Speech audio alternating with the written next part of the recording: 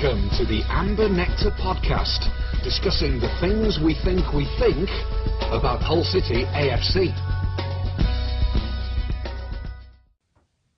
Welcome along to the Amber Nectar podcast for another week, and Les and Andy are here, as you can see if you're watching us right now live via Periscope or on our YouTube page. And of course, the audio-only version is available from your podcast provider. First up, we'd like to say congratulations to our friends from the Rookery end, the Watford podcast. Good luck to them. They're playing Everton tonight, but more than that, they won the Club Podcast of the Year awards at the Football Supporters Federation awards last year. They are our successors as Club Podcast of the Year, and we hope they have a great year. As for us, we're having a reasonable end to the calendar year of 2018, although everything is relative, of course, Andy, but it is now only one defeat in 7, and an entertaining, if not necessarily high calibre, 2-2 draw for City at Millwall at the weekend.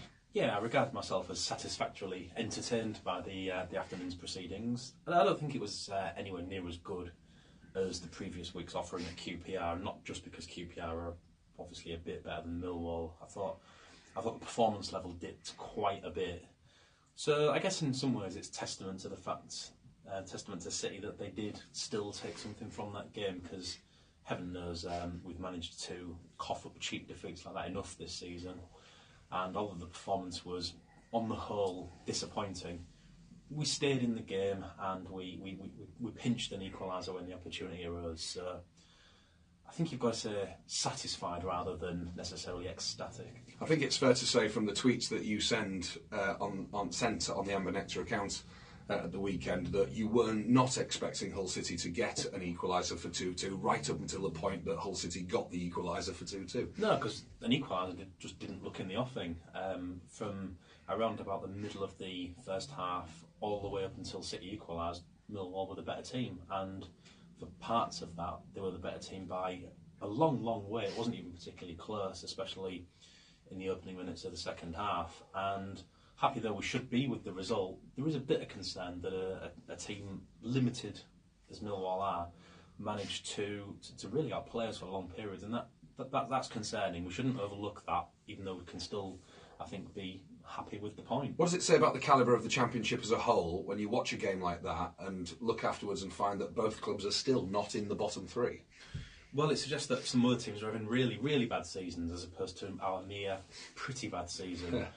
But one thing I would say is that both teams looked as though they were going for the win from the off, really. City started well. It didn't look like a team trying to keep it tight away from home. They played with some commendable enterprise and vigour from the start, and Millwall did the same. They came back and they looked to really take it to us. So you couldn't really say the quality was high, but I think you could say that the intentions from both teams were good. It was obvious that whoever won that game would inflict a significant blow on the others, and you got the feeling that both teams knew that certainly at the start of the game. When you look at our limitations generally, Les, both in terms of the quality on show and available to the manager and the general malaise surrounding the club, you look now, we've got only one defeat in the last 7, 19th still in the table, 4 points from 6 available from 2 very awkward consecutive weekend trips to London. I mean, our cup positively runneth over at the moment, doesn't it? Positively utopian. It may not have been the greatest performances, but I'm still delighted to be in the stratospheric heights of 19th place. I know that's relatively speaking, but if that's relative to my expectations, well, I expected us to be subterranean. So I'm still fairly happy to be the same level of points above Millwall, the same placing, still not entirely out of touch with teams sort of in mid-table. It's quite astounding. We do that sort of thing every couple of years, don't you? Where you try and take a thermometer reading of the Championship and try and decipher how good it is. And so I was talking to a Brentford fan today who was asking me what's the secret to getting promoted out of the Championship? And I really don't know. I don't think there's any one way of doing it. And teams you expect to will often falter even if they've spent a bit of money. But what amazes me is that City have had a pretty dog-tod season today, but they've just gone a small run of games where a couple of wins, a couple of non-defeats, and we've managed to pull ourselves out of it and look in touching distance of clubs above us.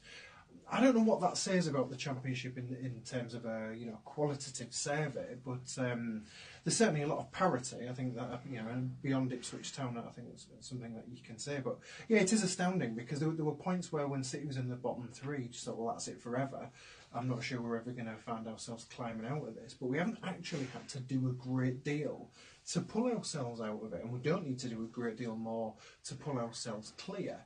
And while we're clearly a side that's not been put together to sort of challenge for promotion this season, despite chairman's claim that the wage bill justifies third place or some other nonsense because football isn't played on spreadsheets, it's just a strange feeling to know that City could, if they was able to put in a decent run, sort of ensure survival not that too far in the distant future, and that isn't something I thought we'd be saying a couple of months ago. So some credit to Nigel Adkins for that. 21 points from 21 games. Now it's always been said, I don't think it's ever happened, but it's always been said that if a team went through a season, whether it was a 38 game season or a 42 or a 46 game season, and drew every single game, the chances are they would still be relegated. So there's still work to be done, an awful lot of it as well. Yeah, I think 46 points seems to be the level at which you've got about a 50-50 chance of surviving. And that's a draw in every game. Yeah, so. Exactly. When you look at the league table, 4 teams are still on fewer than 1 point per game, and it's the fact that we've got a little run of just getting something every week, or most weeks. I like that. I like the fact we didn't cough up the Norwich game when that looked like a certain defeat. We got something like the Millwall game, which we were second best in, so I hope. I know wins are obviously what you look for, and those are the things that certainly at the bottom can really, really have a quick and significant impact on your league standing. But I think if you can just not lose a bit more often, and it sounds so simple, doesn't it? And it probably is one of the most obvious things anyone's ever heard in their lives. But there's got to be something in that, hasn't there? It's quite inspirational, isn't it? Come on, lads, let's not lose so often. I'm positively Theresa May-like in my vision, aren't I? Really? It's not something to brag about at the moment, even you must admit that. Kamil Grzycki's goal, it was a smart finish and a goal that City probably deserved for that period of the game at the time. Did you detect a rather muted celebration? I don't know, it was probably another way of attracting attention to himself. Good finish though, and what I'd really like to... Why would Kamil Grzycki mute his celebration at Millwall? Did he think that he'd heard about Millwall's reputation from the days of the cage at the old Den in the 1980s, and he thought that if he dared do anything more than just sort of try and do that sort of padding down fresh air routine, then some idiot from Bermondsey would jump onto the pitch and clump him one? Are you suggesting he thinks he once played for Millwall previously? Well, I'm just trying to think. Past life or something? I'm obviously being facetious, but I genuinely want to know why he would not at least celebrate a little bit more than he actually did. I don't think we're going to come close to understanding the enigma of Kamil Grzycki for some time. I think he's someone we're going to ponder for years. We're going to be writing articles about him. Do you remember that time when he drank Turkish tea on a flight before then absconding from a hotel after he'd committed to a team? There's lots more things that don't make sense about him. One thing I'd like to say is I do find that him and Irvine are finding a bit of something working together. Irvine always seems to know where Grzycki is to put his beautiful rainbow passes to, and it was one of those that sort of started the move for City's first goals. And there was lots to admire about that goal beyond that, because you had Kane alert to the fact that Grzycki's initial cross might get blocked, so he quickly collected it and moved up. And after the ball was headed away from that initial cross, I thought Bowen's reaction was great. His control was great. He tried to set himself up, but having seen he was being closed down, played the ball to Grzycki, and it was a great pass and it was a great finish. I just thought it was nicely fashioned. Yeah, I really, really enjoyed the pass for it. It's one of those things that's got better with each subsequent viewing as well, because it's the kind of pass that it looks really simple, doesn't it? But to see it needs a certain amount of footballing vision. But to execute it as well in the heat of the moment, he's really impressive. It's not quite Robert Corrin-esque. I think he was the best passer of a ball I think I'll ever see at City, because he always weighted it just perfectly. But you could just see little flashes of that in that pass. That was a pass that could have gone wrong. It only needed to have one little thing wrong with it, and the chance would have been made so much harder. But the pass was perfect, and the finish. there's something to be said for just hitting it really hard from that kind of range. The keeper's got to just get in the way of it, and I thoroughly enjoyed it. I thought it was a really, really good goal for all the reasons you say. And for all the joy of that goal and the fact that it came when City deserved it, and it came from an excellent move, one of the many frustrations that Nigel Adkins no doubt feels about the way that City are at the moment is this chronic inability to actually build on a lead. And even at 2-0 up against Birmingham, we still managed to go 3-2 down before salvaging a point. I mean, this wasn't quite as extreme, but the wastefulness in that huge sort of middle third of the game between Grzycki scoring and Henriksen scoring was phenomenal, wasn't it? It's frustrating, really. I know that City did get the second at QPR the week before. We should suggest it's possible and it's doable, but still only won the game 3-2. Yeah, and the win. And QPR hit the woodwork when it was 2-1. They did, but if you score 2 goals, then I think it just changes the complexion of the game so much. It has the effect of knocking the wind out of the sails of an opponent, and City started very, very well. You have to say it was a great start, and they showed a lot of desire to do the right thing and get on the front foot. It's the quality thing then, isn't it? The attitude and the idea was right, and Adkins clearly got something right by getting the team to start like that. I think it then becomes a quality thing as to why we just couldn't quite fashion a second. Because if we'd gone 2-0 up against Millwall, a much weaker side than QPR, you would imagine that would probably have done it. And then, just as you said, there was a period where it didn't look like City were going to ever get back into the game, and that the game was going to finish 2-1 to Millwall at best from Hull City's point of view, notwithstanding any prospect of Millwall getting a third and really wrapping it up. And then Marcus Henriksen scores a header from about 6 inches from a looped header from a set piece, and his celebration was somewhat less muted. He enjoyed that very much, didn't he? Yeah, I think he can feel that things are starting to go for him a bit more at City, and this was very much the characterisation of that. You said last week that you didn't quite love him yet. Do you love him a bit more now compared to this time last week? Well, I'm going to respect his contribution. I think that is fair and that's true to say. Yeah. Well, I don't think he was nowhere near worth the place, in my view. It was muggy in that, I would say. That was one. Well, not quite that posh, am I? But all you need is a double-breasted suit. I don't think I could get And a nanny. Have you got a nanny? I'd love to have a nanny. Yeah, Would yeah, you? yeah. If you met my daughter.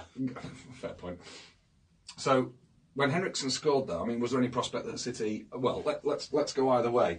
At 2-2, did City sort of exploit the ascendancy of getting that equaliser, or did it look still more likely that if there was going to be a winner, it was likely to be the home team? It didn't really look like either side believed that they had another goal in them. They both settled for the draw. If not deliberately, then I think the fact that both sides knew that there was a game to... Both sides were thinking about winning the game at earlier stages, but I think for the first time when we equalised, both sides were conscious that this was a game that could be lost, and very damagingly so. And the fact that it petered out a little bit obviously suits us more because we were the away side, having come back to equalise fairly late on, so that suited us. I don't think there's any harm in City wanting to just withdraw a little bit at that stage, having got an equaliser that didn't look like it was coming.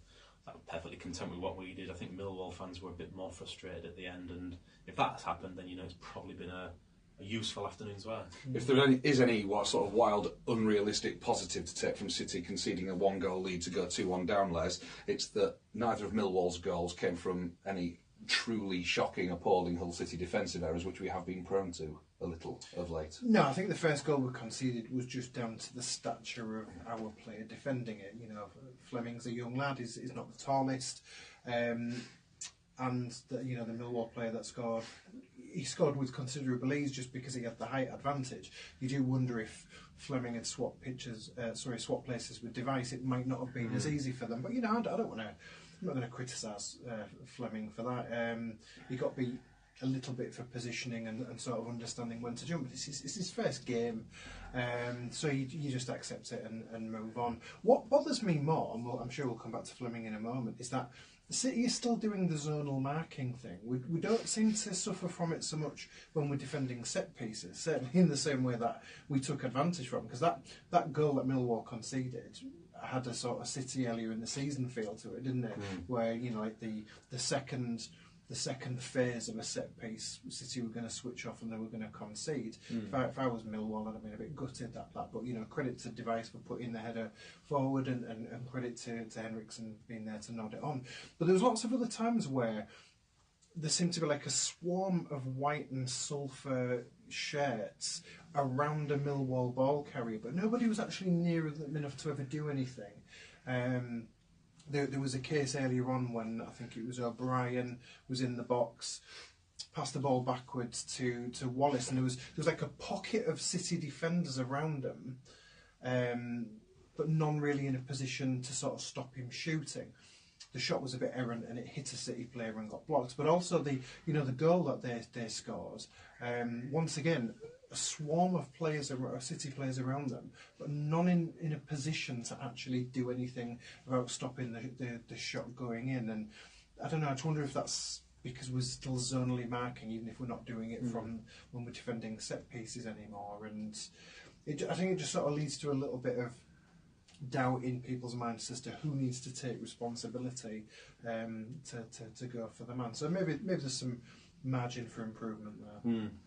Brandon Fleming then, Andy, talk us through his debut a little bit more, and his full debut, that is, his first start in the Championship for City. And I suppose one comment we should always make is that it's given we went through quite a long spell of not producing any products from our youth team or academy whatsoever, as far as the first team was concerned. It's nice to see a handful of them coming through, isn't it? It is, even if you account for the fact that it's because City are in a state of some distress in terms of squad numbers. It's still good to see that we've got players who can step up to this level. You'd like to think, though, that somebody in that team, in that situation, like Brandon Fleming, isn't Hobson's choice. He isn't a last resort. He's there because Nigel Adkins thinks he's good enough. Well, we've not put someone out of position there, have we? We've put him, and he's been trusted to go out and do that. And there's always the temptation to put a senior pro out of position rather than trust a young lad. And like Manchester City are constantly doing with Phil Foden at the moment. Yeah. The paper's constantly calling for him to be given his a regular place in the Premier League side to see if he can do it, but Guardiola won't pick him. We picked Fleming, and I can't pretend it was a good performance, though it wasn't a shocker by any stretch. I think he was maybe looking at a solid 6 out of 10 because he could have done better with the goal. Yeah, I get the point. He's shorter than the man who was going with him, and the Millwall player had a run on him. That's difficult to do something about. I think you've just got to make it harder than he did, and that's a learning thing. What I did like is that when things didn't quite go his way, for example the goal and the other occasions where he was visibly caught out of position, never really seemed to get to him too much. He kept going and kept trying to stick at his job, and it's easy for a young player to lose their head in that kind of situation, and you're away from home, maybe the game isn't going quite how you dreamed about it the previous night, but he stuck at it, and I think he deserves a lot of credit for that. And it is nice to see young players coming through, and I think he can be proud that he's got to the first team, and I think he can be satisfied that he did all right. He'll be encouraged generally, won't he? I'm sure he will, but I don't quite know whether City's academy have stepped up to the level of City, or whether City's sort of precipitous drop has sort of coincided with meeting the point where you can chuck an academy lad in and he's not going to sink. Because the thing is, it wasn't just Fleming making his debut, but you also had Lewis Ritson on the bench, so you've got other players who are now within spitting distance of making their debuts too. It's nice to see. I wish it was more because our academy was so brilliant and our first team so competitive that there was making a factory production line of players to sort of step up rather than we're needing to sort of chuck young lads in. But it doesn't. I agree with the point that you're making, that it doesn't. We're not chuck somebody in because we're being so desperate we're playing somebody out of position. We're giving a young lad a go at his preferred position to see what he's made of. David Marshall is going to be offered a new contract. We are 2 weeks away from January and the time, or 3 weeks away from January and the time that he could start talking to other clubs because he is out of contract at the end of the season. We've been here before, haven't we? Yeah, we have. The only saving grace is I don't think David Marshall's resurrection... rather than resuscitation, it's an actual resurrection, right? It's a okay. legitimate proper resurrection. Yeah, Rolled the rock away from the goalpost, and there he is. I checked. He used to be dead, and now he's not. So that's just a fact. Okay. I don't think it's been staggering enough to capture much attention beyond here. So my guess is that he won't be inundated with other offers. That doesn't necessarily mean he still will sign a contract for City. No, it doesn't. And if anyone else comes in, he knows that this club is an absolute shambles as much as anyone. He has to work there every single day, so of course he knows what a state it's in. So if any decent club comes in for him, you would imagine he'd have to think about it, which would be a shame because he's actually showing us what he can do. He's a huge reason why we've only lost 1 in 7. Yes, I'm not scared about him anymore. I don't regard him as the biggest problem on the pitch. Did you ever? Sometimes I think when any keeper. I mean, he made some clangers, but I often thought in the games, because the games where he often got hung out to draw was the ones where we conceded quite a few, and let's have a go at the goalkeeper because we conceded a few, but I often thought he got precious little defence in front of them. Yeah. That's not to say, sometimes he did make some howlers, without a doubt, but I just thought overall on the balance of play, he felt more sinned against by his defence than he was sinning it. And also, you can't name many keepers who've not committed howlers, especially keepers who are playing behind poor defences. And most of our goalkeepers down the years have had the ones who've had reasonable spells as first team goalkeepers have had excellent spells and poor spells, and generally they tend to be in collusion with whether the defence is also having an excellent spell or the defence is also having a poor spell. If your defence isn't defending properly, then keepers are going to face more shots, and the law of averages suggests that they're not going to be able to keep all of them out. The fewer shots you actually concede against your goalkeeper, the fewer goals he's going to let into his net. That's all correct. Though I do sometimes wonder if Marshall unsettled his defence. But McGregor made plenty of errors, and we still regard him as a decent keeper. We were sorry to lose. Jakupovic the same, irrespective of the circumstance of his departure and the fact that he hasn't even looked at a goalpost since the day he left Hull City. And then we can go back further than that, even going back to players like Myhill and Duke and Carroll and Fettis. They all had bad games because, with the exception probably of Myhill, at some point they were playing in poor sides, or at least poorer sides. Myhill and McGregor wasn't really anything to do with his goalkeeping there. It was just his thuggery and the fact that he got away with elbowing forwards or running out of his box and kicking them in the air like that Barnsley game towards the end of last season. That's what I loved about him. That and his rigid routine of his over the gate and squatting.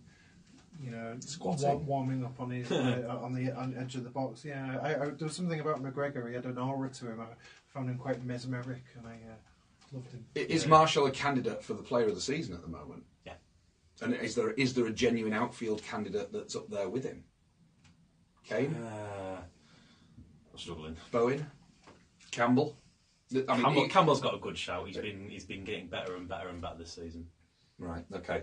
Well, anyway, we'll see whether David Marshall, as Andy suspects, might even be one of the that rare breed of established first-team player who actually signs a new contract when offered one with only 6 months left of his existing deal to go. I'm sure City will offer him a good contract as well because they're really good at that sort of thing. There's precedent. There is. Oh, loads of it. So, just some information for you.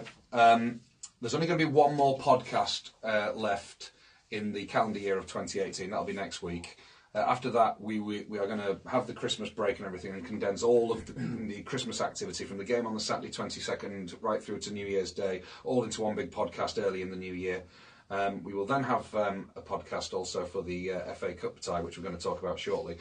Also, our 200th podcast is imminent, and we have a plan for that, a special plan for that, which will occur also very early in the new year, so don't fail to miss that. Or certainly don't fail to keep an eye out for more information as we get it confirmed. This weekend we play Brentford at home, third London team in a row, although obviously this time it's a team at home and instead of a trip to the capital. Brentford are only a point and a place above us. There is a serious opportunity coming up here, isn't there, for City to actually make proper inroads and actually start getting going at home again after losing to Forest and then drawing, albeit with an element of admirability against Norwich City. It's about time City won a home game. I think your home form is by the old cliche is what keeps you up. having survived a run of hard games and actually prospered during it, it'd be interesting now to see how City do, given a few more slightly friendlier fixtures. I don't think we're playing anyone in the top half until Leeds, 3 games away from now. So we've got the chance, haven't we? 2 home games against mid-table stragglers. You'd like to think if we can win one of those games, it's going to lift us away just a little bit. And I'm not saying that's going to be easy, because I think Brentford they must be a better side than 18th. I thought they'd do well this season, but I think Brentford thought they'd do well this season. It is a bit of a surprise. It's interesting. They've lost their manager, of course. I mean, they've had a massive upheaval thanks to Dean Smith leaving and going to Aston Villa. I mean, you know, that can cause, especially when you're a club of Brentford's size, within a league that has an awful lot of big clubs with big histories, lots of money, and mass appeal to coaches and managers whose reputation is growing, and that's what seems to be what's happened to Brentford. Yeah, Brentford seem to me to be the type of club there that tries to put a plan together that negates the impact of a manager going. You get some clubs who have got the foresight to do that. And Brentford seem one of those clubs who understands that they've not got the biggest reach, the biggest appeal, and so they try and put a system in place, you know, that goes beyond just having one really, really good manager. You know, the kind of thing that City didn't do. You know, we put all of our eggs in the Steve Bruce basket, and once he's gone, we've looked pretty turgid ever since, haven't we? I don't know. I think I don't think the league table lies, but I think until all the teams have played every game, I think it can fib from time to time. And I think Brentford are a better side than one place above us suggests. And one thing that stands out looking at the league table is, in a sea of red goal differences, they're a team that have actually got a plus. So they're clearly a team that can score a few. You know, when you look at like Sheffield Wednesday, -11 goal difference, Rotherham -11 goal difference, City -9 goal difference. Yeah, something about that just sort of tells me Brentford aren't as bad a team as the league table currently indicates, and I don't think it's going to be a walk in the park, even though it's always an opportunity. The thing about that +1 goal difference with Brentford, when you compare it to the goal differences around them, and you know, we've got the table in front of us where we can actually see how that goal difference has come about. They're capable of scoring, but clearly they're also very capable of conceding. That +1 has come from scoring a lot and conceding a lot, as opposed to being quite tight at the back and just getting the odd breakaway goal up front. So, you know, that means that, you know, like with any other team in that situation, we've got to be on our mettle with their attack, but also feel confident that we can pierce their defence at the weekend. Well, we've got to give it a go, haven't we? It's a home game and an opportunity. And if we accept the premise that Brentford are probably not as poor as the league table suggests, you would think that if that's the case, they're going to get it together at some point. So is this our opportunity to catch them while they're not in a brilliant run of form? I hope so, because I think that if we can pinch a win from that game, then things have been gradually improving, and that would suggest maybe it's not a flash in the pan, and maybe the 7-run game is not the high point of the season, but is the point at which maybe the season starts to really transform itself. Yeah, and I think that has to be the case, because when you get to 7 games, it's not just a pan anymore; it's at least a wok, isn't it? So there is sort of signs that, you know, there is genuine improvement from City, and you know, I am starting to believe some of the stuff that Adkins would say about, you know, commitment, togetherness. I do genuinely feel that these players are playing for each other. There's obvious gaps in quality in our team, but no shortage of effort. You know, that's not something I think we can level out this team. It wasn't the case at Millwall, was it? It was a lack of quality rather than a lack of commitment. I think that's been the case for a little while now. Do you think there's anything in Kevin Stewart playing for the under-23s tonight? I don't know he was, but he's a little hard done to, because he was excellent against Norwich not very long ago, and he must have thought this would be the start of a run in the first team. You almost appear to be kinder than Kevin Stewart, who really hasn't proved anything this season, compared to your continued doubt about Marcus Henriksen, who is just starting to show his worth, surely. I feel like you're too generous to Kevin Stewart and too harsh on Marcus Henriksen. Oh, let's see if we can have a real-time reconsideration of your view on this. No, I didn't realise I was being nice to Kevin Stewart. I said I'd had one game, I certainly wasn't trying to be nice to him. I think he thought he might have been. You see, that's the most Andy response ever. I'm not going to be nicer to Marcus Henriksen, I'll just be nastier about Kevin Stewart. Yeah, so neat solution. Yeah. It's delayed karma for Stuart, isn't it? He might not deserve it now, but he probably deserves it on the balance of his entire existence with City. City could be in the dizzy heights of 17th with a win on Saturday, because obviously with Brentford being 1 place and 1 point above us, we'll obviously go above them with a win. And I don't know if Sheffield Wednesday have got, but the prospect of them losing because we're on identical goal differences, so a win for us and a defeat for Sheffield Wednesday would automatically take us above Sheffield Wednesday, because our goal difference would automatically improve. 17th in a week before Christmas, when you consider that we were just being grateful, sort of like Doncaster 20 years ago, for the appallingness of Ipswich for not being bottom only a month ago. How's that even possible? You know, when you've got a team that are so massive, you can't look at them with just your normal eyes. You have to have special glasses to be able to sort of put them in perspective. How can it be? You know, a club that massive might fall below us. Terribly sad. Yeah. The several billion supporters will be distraught when they see us go above them. Can I just Hopefully point out at the weekend. We could be back level on points with the bottom three on Saturday as well. Fair point. Brentford would go 4 points clear of us as well, so they would. Well, let's be optimistic, because we've got reason to be. A run of 1 defeat in 7 gives us reason. Yeah, this is the best it's going to be for a while. Well, it's the best it's been all season, and for the first time, we're actually thinking of teams that are above us, and what is there any possibility of perhaps overhauling 1 or 2 of them, rather than constantly thinking that I wonder if anyone else will join Ipswich in going down to keep us safe. So after we've played Brentford, that's 22 games. That means there's only 1 team we haven't played. Is that Swansea?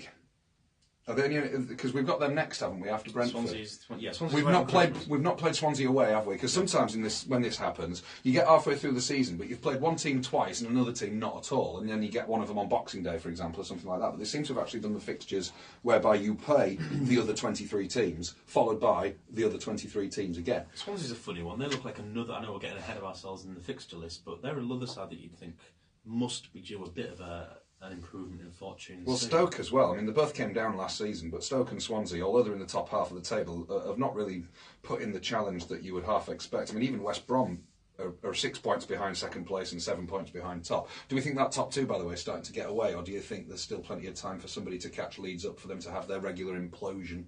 Yeah, it's just usually happened by now, that's all. There's loads of times. Anyone from Forest upwards feels like a team, and even Villa are on a run, so it's... The only thing you can really say is that Ipswich are probably going to get relegated, and it's a long, long way out. But and it's a long time since they've been in that third tier as well, Ipswich Town. They've, certainly in my lifetime, they've never been in the third tier, so it'll be quite something for Ipswich to go into what we now call League One. They said they were bored of winning the Championship, didn't they? Tell us about you've been trouble causing again, Andrew. No, I wouldn't do that. Seeking truth. Seeking truth. That's right. So Andy, he loves doing this. Freedom of information requests. Regarding the genuine number of bodies strolling into the circle at home games. And what have you found out? Well, something similar to last season, really. We found out last season that City were overstating attendances by about 20%, and that's remained the case, really. We were given the true figure for the Preston home match.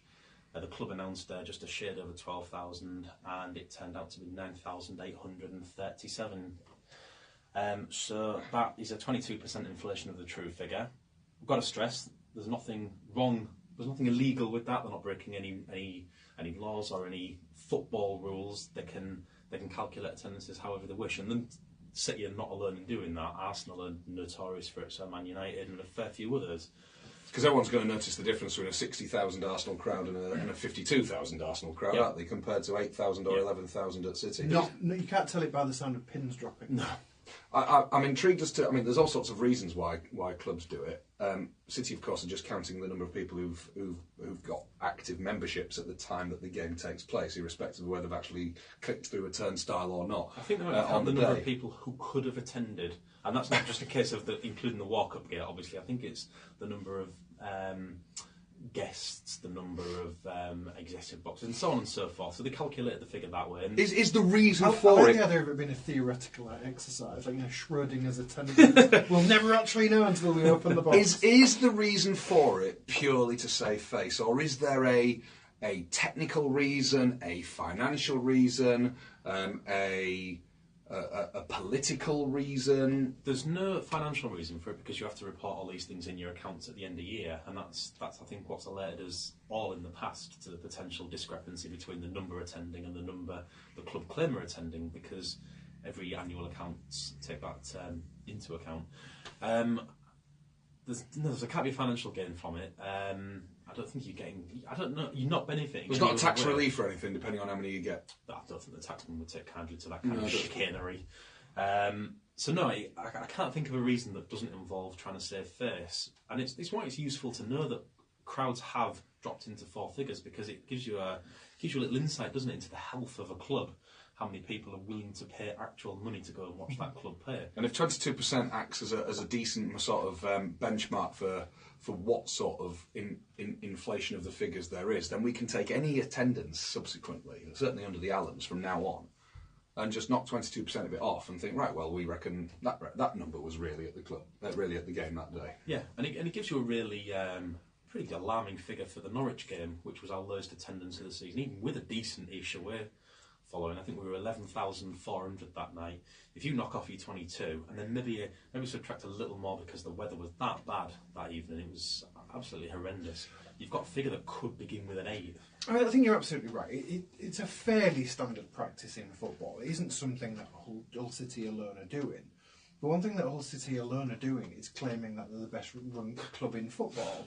And that's what makes such juxtapositions, quite stark, isn't it? I do wonder, though, Andy, are these the only freedom of information requests you do, or do you do others? Do you demand to know how many sausage rolls were sold in 2014, or how many cases of foot and mouth there were in Suffolk last year? That kind of stuff. Do you do anything other than football and attendances?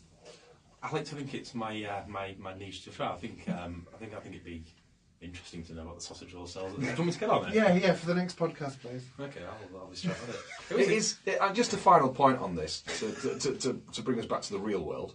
It is an unsatisfactory. What unreal world contains non-sausage rolls? What's going on? It's a parallel universe without sausage rolls. Well, the kiosks are run privately at Hull City, aren't they? Which means that it would be private information, corporate information, and No, I'm going way beyond City. I'm talking about on a national level. Right. Okay. Yeah.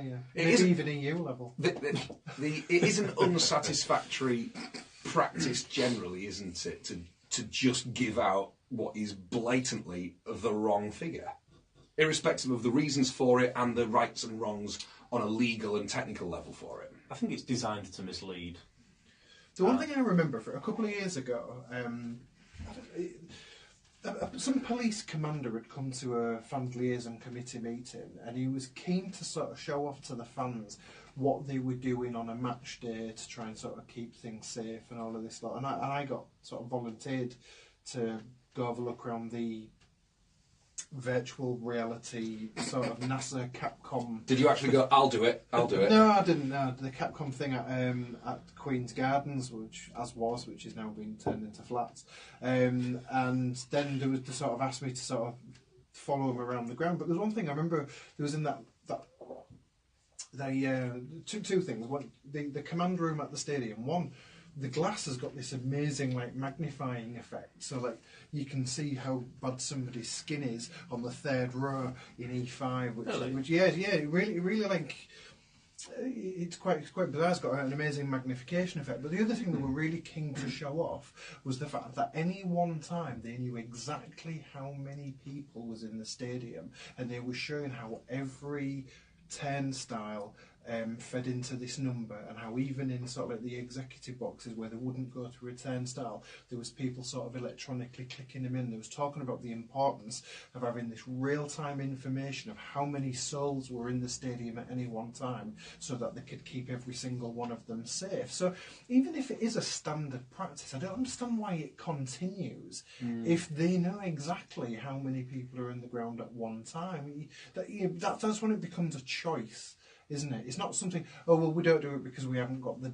stats yet, and then maybe on the Monday we'll find out. Then no, actually, they were bragging about the high tech ways the police, and between them, the police, the stadium committee, and the fire brigade knew exactly how many people was in the building, exactly how many people there were compared to relative escape points. It was, it was kind of, oh, blimey, they didn't know how many people are using the toilets at this point. And can they tell whether they've washed their hands or not?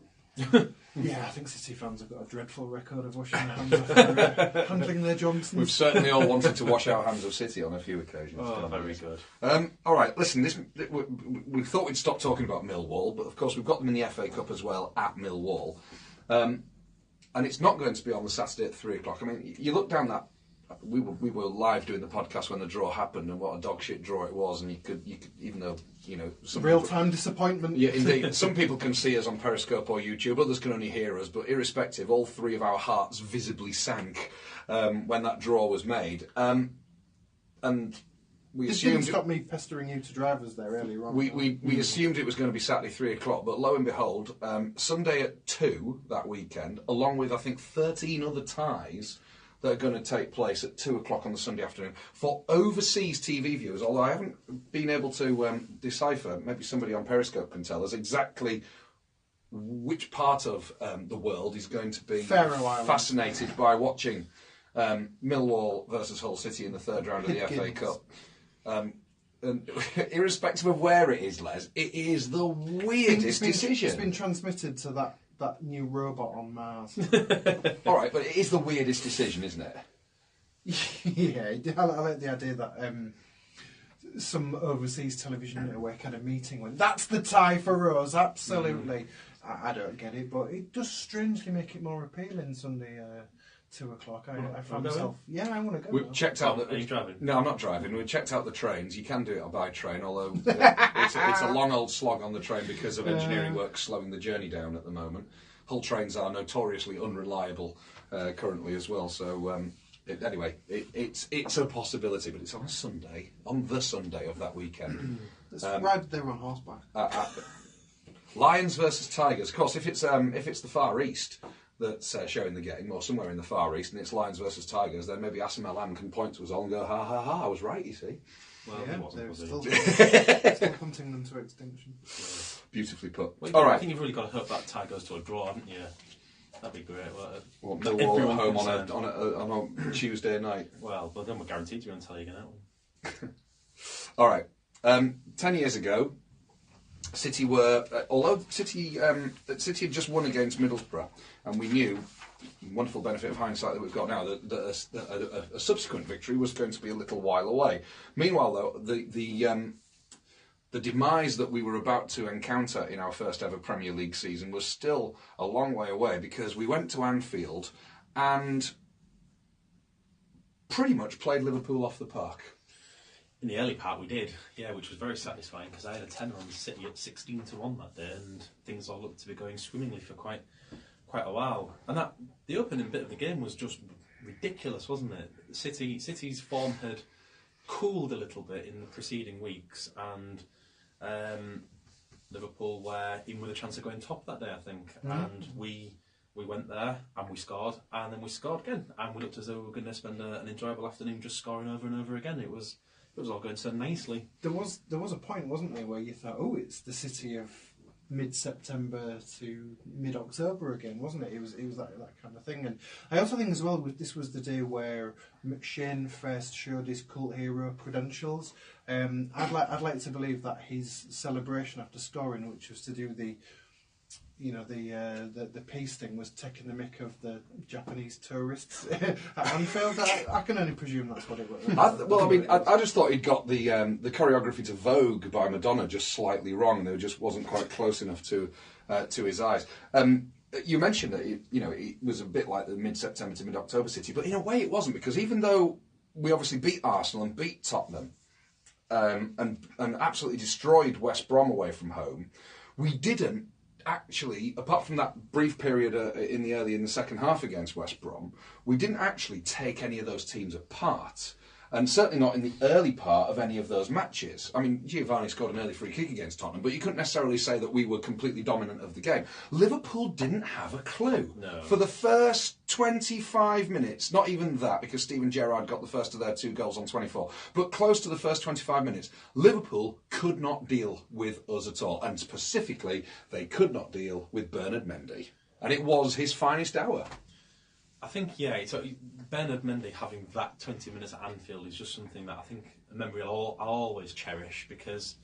do you think Dossena's still got post-traumatic stress disorder from that 20 minutes? Well, it was just... He's still got... brutal. He's still got cuts around the anal area from where it was constantly torn at, but... that's quite a colourful analogy for you, man. It was an analogy that we all used at the time, because that's exactly what Bernard Mendy did. You've said a swear word, and now you've been... Did I? Alluding to rectal dismay. Right, yeah. Rectal dismay. That sounds like a really good goth band. Yeah. No. There is a little bit of a myth about this game against Liverpool, was that as soon as McShane got taken off with double vision, possibly from poking himself in the eyes with his celebration, and Bernard Mendy, as a consequence, had to go to right back, that City sort of collapsed and let Liverpool back into it. It's a bit like the myth that as soon as Bobby Charlton was taken off in the 1970 World Cup final, West Germany came from 2-0 down to win 3-2. Absolutely analogous. England were already 2-1 down in 1970 when Charlton was taken off and Beckenbauer was freed, and City were already 2-1 up rather than 2-0 up, or Liverpool had already got one goal back.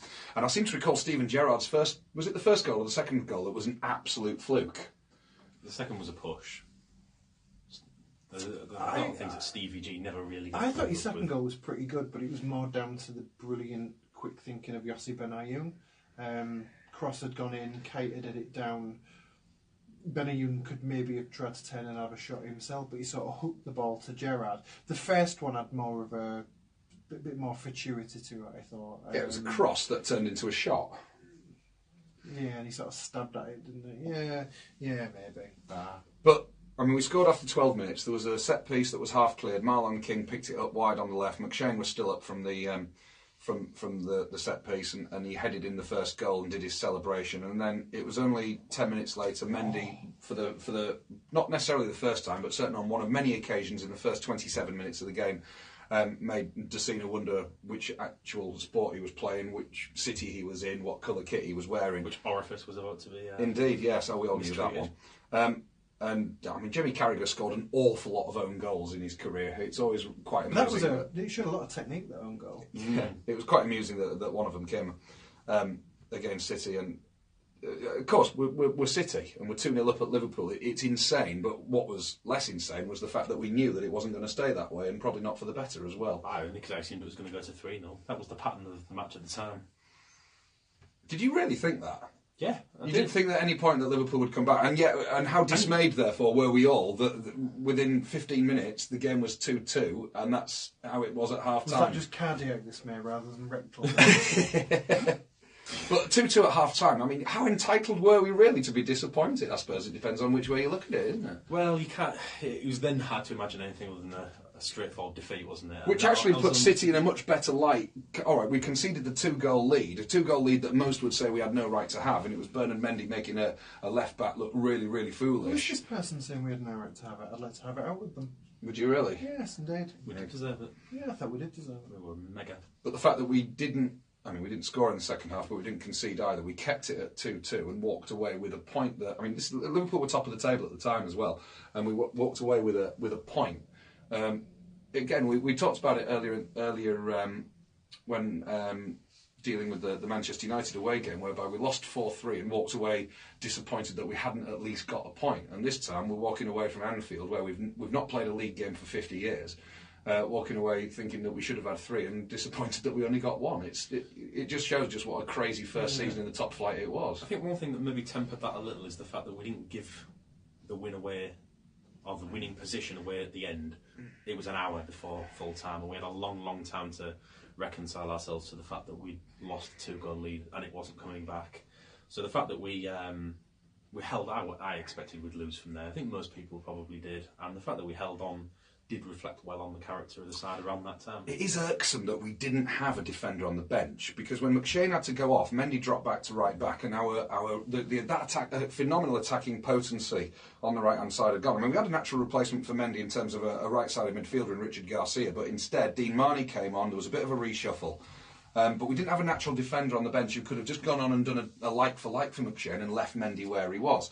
For all the endearing things that Bernard Mendy did and all the things that he did that frustrated the hell out of us, that's one of those individual performances of any Hull City era that we are never ever going to forget? No, I still remember it. Brilliant answer, Les. Congratulations. Yeah.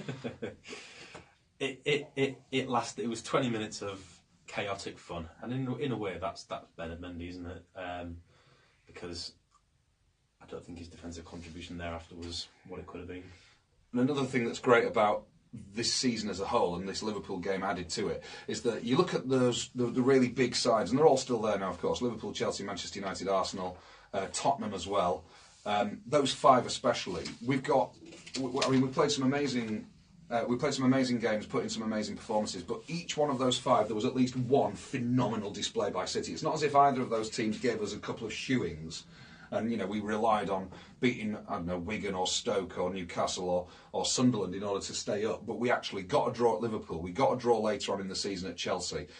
We did lose to Manchester United, but 4-3 at Old Trafford. We beat Arsenal away. We beat Tottenham away. We got points against Everton as well, and you can throw in one or two others. The fact that all the biggest sides, City did something against, and this one against Liverpool was just the latest of them. But it almost worked against us, didn't it? The thing that City did really well in 2013-14 is we always had a tendency to beat the teams around us and below us in the table, and we always made sure they stayed there. So looking back on that season, these are the games we remember. Of course, you remember 2-2 draws at Anfield, winning 2-1 at Arsenal, scoring 3 at Old Trafford.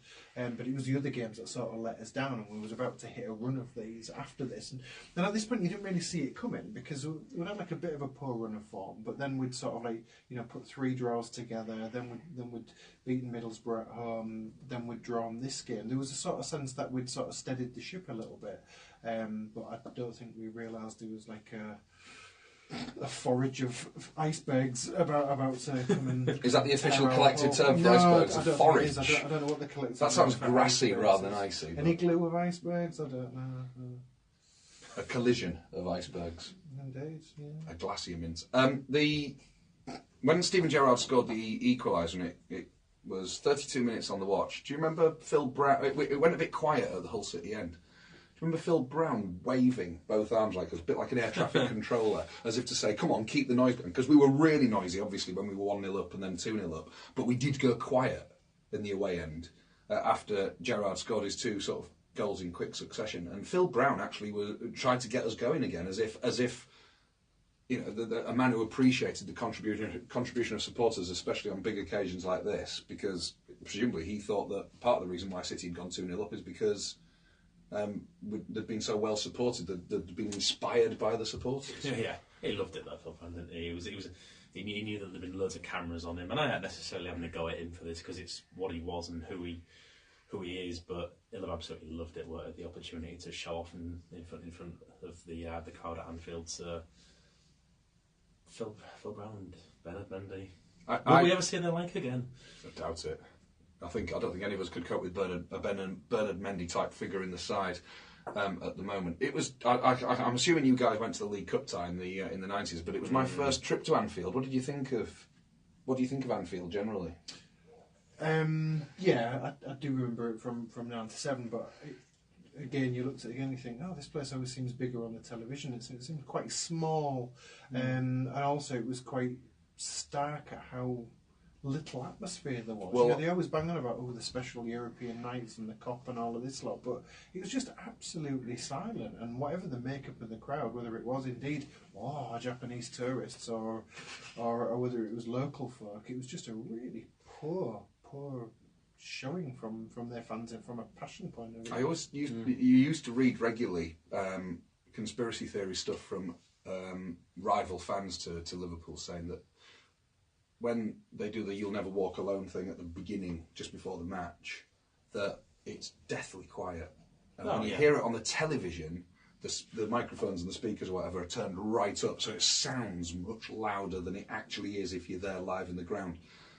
And I noticed that, and I was amazed at just how quiet the group sing-along was just before the match started. It really surprised me. That bit seemed all right, but it seemed as though that was the part that they thought, that's us done for the afternoon, and we can just sit down and quiet and watch us put 6 goals past this lot, and it didn't work out. But then I've always thought Liverpool fans to be ridiculously overrated. When you look at other big clubs fans who came to us, Man United's were just, always looked like a brilliant following, looked and sounded great. But Liverpool fans here have never lived up to their own self mythology, have they? Far more Liverpool fans in the home ends at our stadium when we play Liverpool than there are from just about any other team that we.